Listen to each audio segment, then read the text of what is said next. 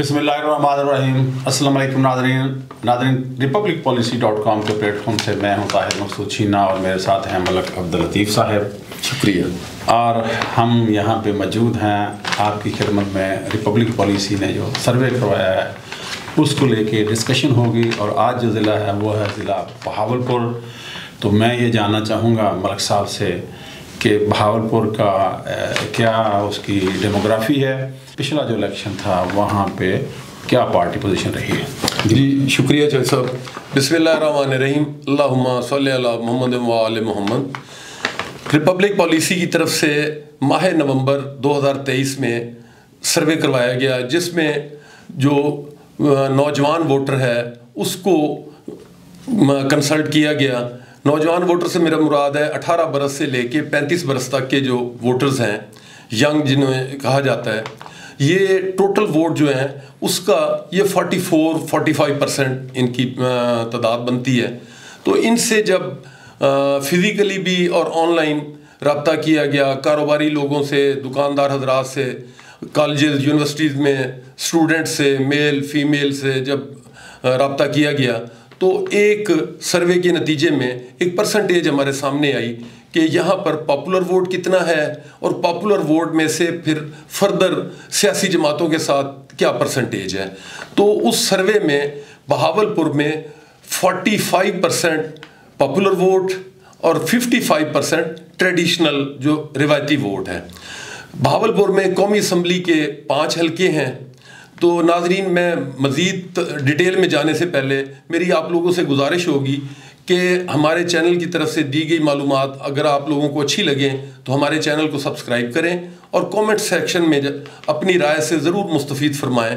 वो राय हमारे लिए मशअल राह होगी और हम आने वाले प्रोग्राम्स में उससे इस्तिफ़ादा हासिल कर सकेंगे।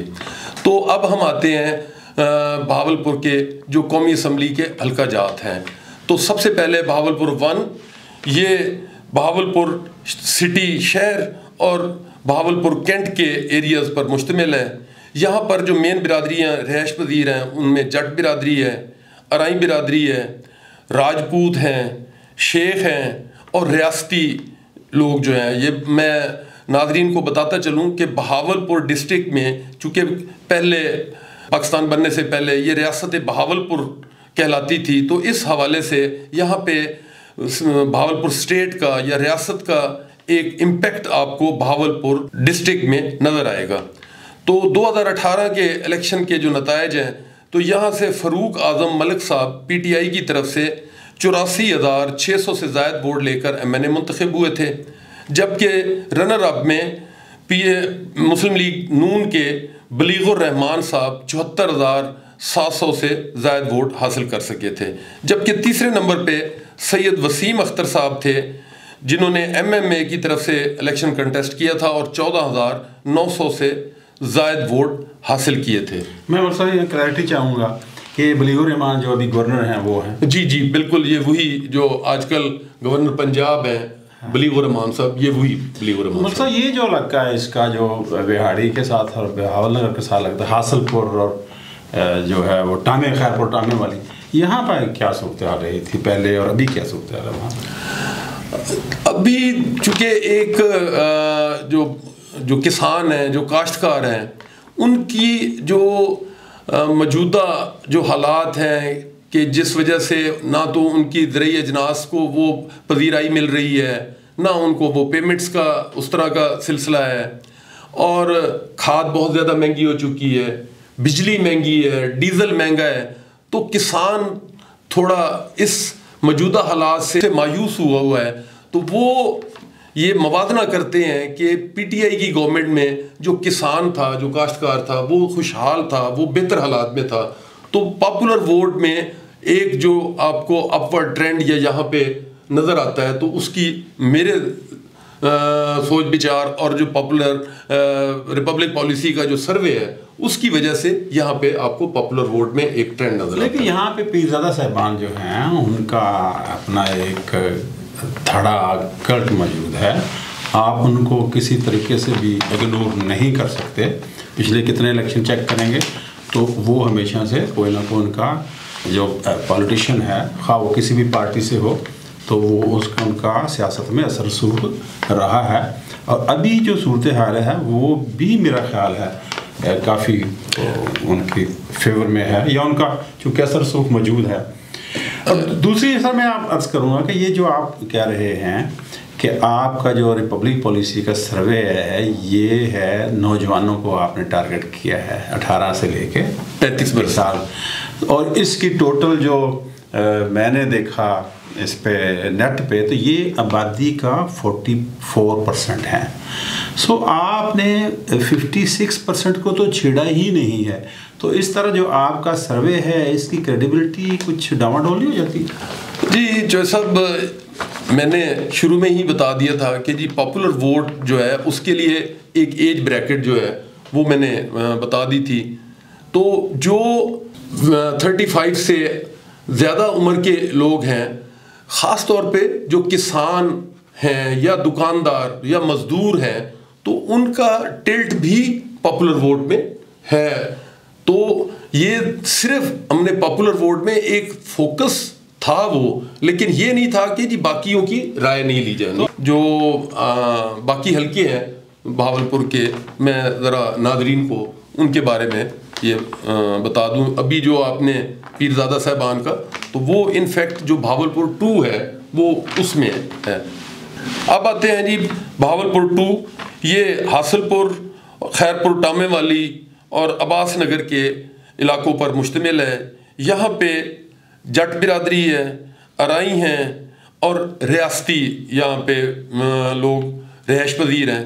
और सर ये रियासती जिसको आप कह रहे हैं, ये मतलब क्या जो पहले से रियासत के लोग बाद थे, ये आप उनकी बात करते हैं? आप इनको कह लें कि एक जो रियासत बहावलपुर जिस वक्त ये रियासत के स्टेट के तौर पे थी, तो ये लोकल लोग, तो ये लोकल लोग यहाँ पे जो है बहुत सारे लोग जो है यहाँ से मुख्तलिफ पाकिस्तान के मुख्तलिफ हिस्सों से माइग्रेट करके वहाँ गए हैं, वहाँ पे जाकर उन्होंने प्रॉपर्टी खरीदी, ज़मीनें खरीदी और उनको आबाद किया। तो आप उसलिए कह रहे हैं कि जी रियासती वो जो मकामी जाट और राई जो बात कर रहे हैं कि ये बाहर से कहीं से आए हैं और वो रियासती लोकल लोग जी। और यहाँ पे जो आप चोलिस्तान का भी जो कह लें कि वहाँ का इलाका शायद इस तरफ ना हो, वो होगा यजमान की तरफ जहाँ से वो ताहिर बशीर। मेरा कहने का मतलब ये है कि जी बहावलपुर डिस्ट्रिक्ट में जो आबादियाँ जो वहाँ पे लोग रह रहे हैं, तो उसमें एक कैटेगरी या एक धड़ा कह लें कि जो रियासती, जो जिस वक्त ये रियासत थी बहावलपुर स्टेट थी, तो मकामी लोग एक जो चोलिस्तान से वहाँ पे रिहाइश पजीर हैं या वहाँ से वो उठ के शहरों की तरफ या कस्बों की तरफ आए हैं। तो मेरा कहने का ये मतलब है। तो जब 2018 के इलेक्शन रिजल्ट्स पे जाते हैं, तो इस हासिलपुर वाली सीट से मियाँ रियाज पीरज़ादा साहब मुस्लिम लीग नवाज़ की तरफ से 99,300 से ज़ायद वोट लेकर मैंने मुंतखब हुए थे, जबकि रनर अप में चौधरी नईमुद्दीन वड़ैच साहब 88,500 से ज़ायद वोट हासिल किए थे। जबकि ये किस जमात से थे? ये पीटीआई की तरफ से नईमुद्दीन वड़ैच साहब, और तारिक बशीर चीमा आज़ाद हैसियत में यहाँ से इलेक्शन कंटेस्ट किया था और गालिबन 23,000 वोट इन्होंने हासिल किए थे। अब आते हैं बहावलपुर 3 पे। ये यजमान के इलाके पर ये हल्का मुहित है। यहाँ पे जट बिरादरी है, अराई बिरादरी है और मकामी चोलिस्तानी लोग भी यहाँ पर रिहाइश पजीर हैं। जब 2018 के रिजल्ट्स पर जाते हैं, तो यहाँ से चौधरी तारिक बशीर चीमा साहब पाकिस्तान मुस्लिम लीग क्यू की तरफ से 1,06,000 से ज़ायद वोट लेकर मैंने मुंतखब हुए थे। जबकि दूसरे नंबर पर चौधरी सऊद मजीद साहब पाकिस्तान मुस्लिम लीग नवाज़ की तरफ से 1,02,000 से ज़ायद वोट हासिल किए थे। जबकि तीसरे नंबर पे जुल्फ़कार साहब ने टीएलपी की तरफ से 9,100 से ज़ायद वोट हासिल किए थे। अब आते हैं बहावलपुर 4 पे। ये बहावलपुर सदर, तहसील बहावलपुर और अहमदपुर शर्किया के कुछ इलाकों पर ये कॉन्स्टिट्यूंसी मुहित है। यहाँ पे जट बिरादरी है, अराई हैं, रियासती और चुलिस्तानी लोग यहाँ पर आबाद हैं।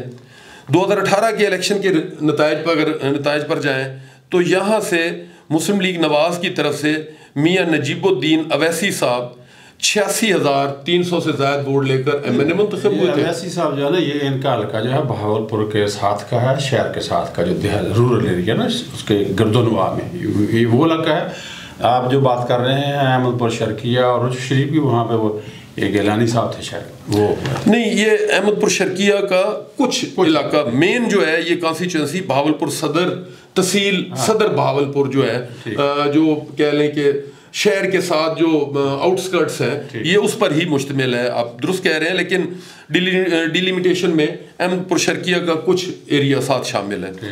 अब आते हैं बहावलपुर 5 पे, तो ये तहसील अहमदपुर शर्किया और उच्च शरीफ पर ये मुश्तमिल है। यहाँ पर रियासती लोगों की ज़्यादा आबादी है, मकामी जो लोग हैं, तो यहाँ से 2018 के इलेक्शन के नताइज पर अगर जाएं तो पीटीआई की तरफ से समीउल हसन गिलानी साहब 63,900 से ज़ायद वोट लेकर एमएनए मुंतखब हुए थे, जबकि प्रिंस बहावल अब्बासी साहब आज़ाद हैसियत में 58,000 से ज़ायद वोट हासिल किए थे, जबकि पीपल्स पार्टी की तरफ से सैयद अली हसन गिलानी साहब ने 51,300 से ज़ायद वोट हासिल कर। यहाँ पे पीपल पार्टी का अच्छा खासा वोट मौजूद है। नाज़रीन किराम, आपने देखा कि ये तकरीबन ये वो लोग हैं जो हर इलेक्शन में हिस्सा ले रहे होते हैं, और अगर ख़ुद इलेक्शन नहीं लड़ रहे होते तो कोई ना कोई ऐसा बंदा होता है जो इनकी सपोर्ट से इलेक्शन लड़ रहा होता है। तो यहाँ पे भी बहावलपुर में भी हमने ये देखा है कि ये मतलब तकरीबन वो धड़े बंदी ज़्यादा है। मतलब तारिक बशीर चीमा साहब को देखें, ये पाकिस्तान मुस्लिम लीग काफ से इलेक्ट हुए थे, पीरजादा साहब नून से हुए, इसी तरह अवैसी साहब नून से हुए, 2 नून की थी सीटें, 2 पीटीआई की, 1 क्यू की। और अब जो इस वक्त अब जो आने वाला इलेक्शन है, अब हमारे सुनने में आ रहा है कि वहाँ पे नवाब सलाहुद्दीन साहब ने अपना एक ग्रुप बना लिया है और वो आज़ाद हैसियत में शायद वहाँ पे कोई इलेक्शन लड़ेंगे। तो यहाँ बहावलपुर में भी जो आमतौर पे ट्रेंड है वो तो है रवायती जो वोट का, लेकिन बल्कि मैं ये जानना चाहूँगा कि बहावलपुर भी एक बड़ा शहर है, यहाँ पे क्या जो पॉपुलर वोट है उसमें कोई इजाफा हुआ है? जी दुरुस्त फरमाया जो सब, पॉपुलर वोट में तो इजाफा हुआ है, वेव भी है, और जो तबकात मैंने बताए हैं कि जो वर्किंग क्लास है, जो यंग स्टूडेंट्स हैं, वो एक मरूसियत से और रैयत वाले कंसेप्ट से वो बाहर निकल आए हैं। जो थोड़े बहुत भी ख़ुद मुख्तार हैं तो वो अपनी उस इंडिपेंडेंस का फ़ायदा उठाते हैं और वो कहते हैं कि हम इस रवायती जो कह लें कि रैयत होना या उस मरूसियत का शिकार हैं, तो इस वजह से पॉपुलर वोट में इजाफा है यहाँ पर भी। मकसद मैं एक और सवाल करना चाहूँगा ज़िमनन आगे बात कि आपने भी देखा, मैंने भी टीवी पे देखा कि मियां मोहम्मद नवाज शरीफ साहब की मुलाकात हुई चौधरी शुजात हुसैन साहब से। एक परज्यूम किया जा रहा है कि यहाँ पे कोई वो आपस में सीट एडजस्टमेंट करना चाह रहे हैं। तो यहाँ बहावलपुर में काफ़ी मुश्किल होगा, क्योंकि जो सऊद मजीद साहब हैं, पहले भी आपने मुझे बताया यहाँ से, और वो भी इलेक्शन लड़ना चाहेंगे, तारिक बशीर चीमा साहब भी इलेक्शन लड़ना चाहेंगे। तो ये पार्टियों के लिए मुश्किल होगा यहाँ पे थोड़ा, बट ज़ाहिर अगर वो फैसला तो उन्होंने करना है। तो मतलब ये मैं जानना चाहूँगा कि ये जो ख़वातीन हैं, ख़ास तौर पे जो शहर में रहायश पजीर हैं, तो क्या ये वोट डालने की हद तक अपने मर्दों से कुछ आज़ादी हासिल कर पाई हैं? जी सब जो कबल अज़ी जो पंजाब में और ख़ास तौर पे जो रूरल एरियाज़ हैं, तो वहाँ पे तो यही ट्रेंड था कि जी ख़वातीन जो थी वो घर के सरबराह, वो बाप हो सकता है, खामद हो सकता है, भाई बड़ा हो सकता है, तो उनके कहने पे वोट कास्ट करती थी। अब जो है एक अवेयरनेस है, तो वहाँ पर भी ख़वातीन जो हैं वो उसमें गो कि इतनी ज़्यादा तादाद तो नहीं है, लेकिन कुछ परसेंटेज ऐसी है कि वो पोलिंग स्टेशन पे जाके, पोलिंग बूथ में जाके, तो वो अपनी मर्ज़ी से वोट कास्ट करती हैं। मैं यहाँ पे ज़िमनन ज़िक्र करूँगा कि भक्खर में जब ये ज़िमनी इलेक्शन हुआ था 2022 में, तो सईद अकबर निवानी साहब जो पीटीआई को छोड़ के पीएमएलएन की तरफ गए थे, तो वहाँ पे जब बाई इलेक्शन में तो ये सोशल मीडिया पे वीडियो वायरल भी हुई थी ख़वातीन की कि जी वो कह रही हैं कि जी हम निवानी साहब की गाड़ी में बैठ के तो पोलिंग स्टेशन पे तो आई थी, लेकिन वोट हमने पीटीआई को दिया, इमरान खान को दिया है। तो ये ट्रेंड अब देहातों में भी जा रहा है। और फिर जब शहरों में आते हैं तो वहाँ की जो वर्किंग क्लास है, जिनमें थोड़ा खुद मुख्तारी होती है, इंडिपेंडेंस होती है अपने रोज़गार के हवाले से, तो वो अब उस रिवायती कल्ट से बाहर आके वो वोट कास्ट करती हैं। और सब एक आमतौर पे देखा जाता है कि जो भी गवर्नमेंट हो, जब वो गवर्नमेंट ख़त्म होती है तो लोगों को उस गवर्नमेंट से बहुत सारी शिकायत होती हैं, और आने वाले इलेक्शन में वो अपना गुस्सा जो है वो जो गवर्नमेंट होती है उसके जो कैंडिडेट होते हैं उन पे निकालते हैं। इसको इनकम्पेटेंसी फैक्टर कहते हैं।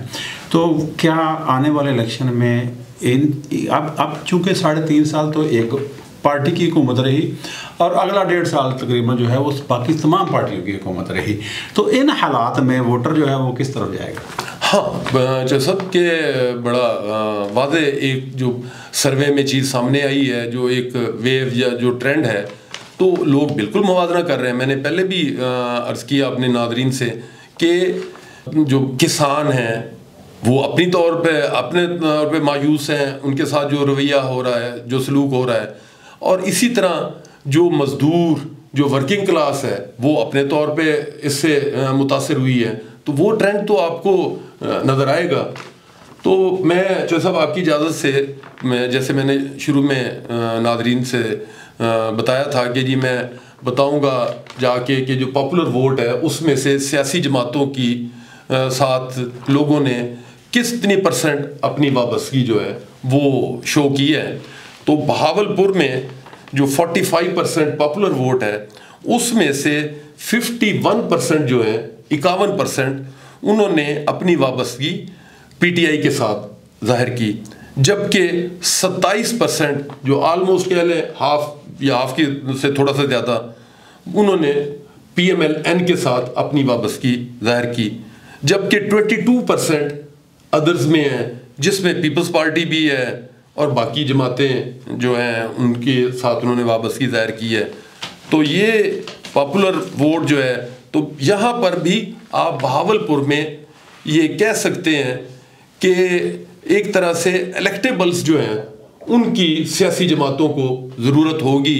जिस तरह आपने पीरज़ादा साहब, अवैसी साहब, तारिक बशीर चीमा साहब, सऊद मजीद साहब का जिनका जिक्र किया है, तो इस तरह के इलेक्टेबल्स जो हैं, हाँ आप थोड़ा सा ये कह सकते हैं जो सर्वे के नतायज हैं उनको अगर सामने रखें, तो अगर पीएमएलएन को कोई मजबूत इलेक्टेबल चाहिए तो पीटीआई उससे ज़रा मीडियाकर जो है दरमियाने दर्जे का इलेक्टेबल ले लेंगे तो एक बेहतर मुकाबला आप उसकी तवक्को रख सकते हैं। और सर ये मुझे बताइए कि ये जो इलेक्शन कैंपेन के दौरान जो कैंडिडेट है उसका वोकल होना, मतलब उसकी जो स्पीकिंग पावर है जिसको ज़्यादा है कि वो अपनी बात को बेहतर अंदाज में वोटर तक पहुंचा सके, इसकी क्या अहमियत है? जी, जो देखें, जो अब वक्त का जो तकाजा है उसके सामने रखते हुए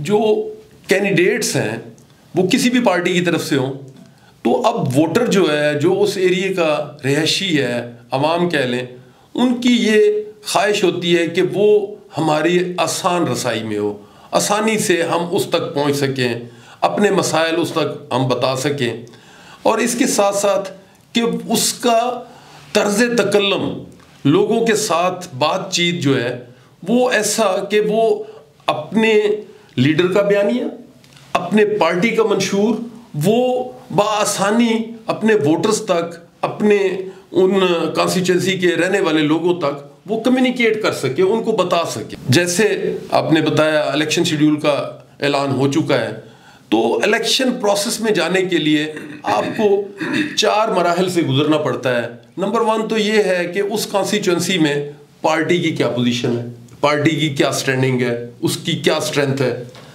उसके बाद के जो कैंडिडेट है उसका चुनाव, वो भी उस पर बड़ा इन्हिसार है।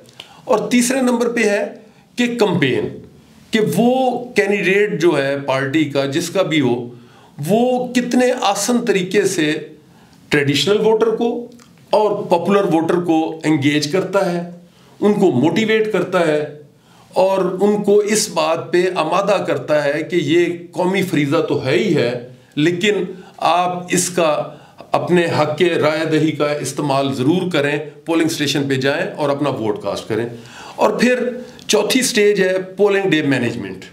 पोलिंग डे मैनेजमेंट में कि आपने कैंडिडेट ने, उसके लिए लाजिम है कि वो खुद भी इलेक्शन कवानीन से आगाह हो और अपने जो पोलिंग एजेंट्स हैं उनको भी ब्रीफ करे।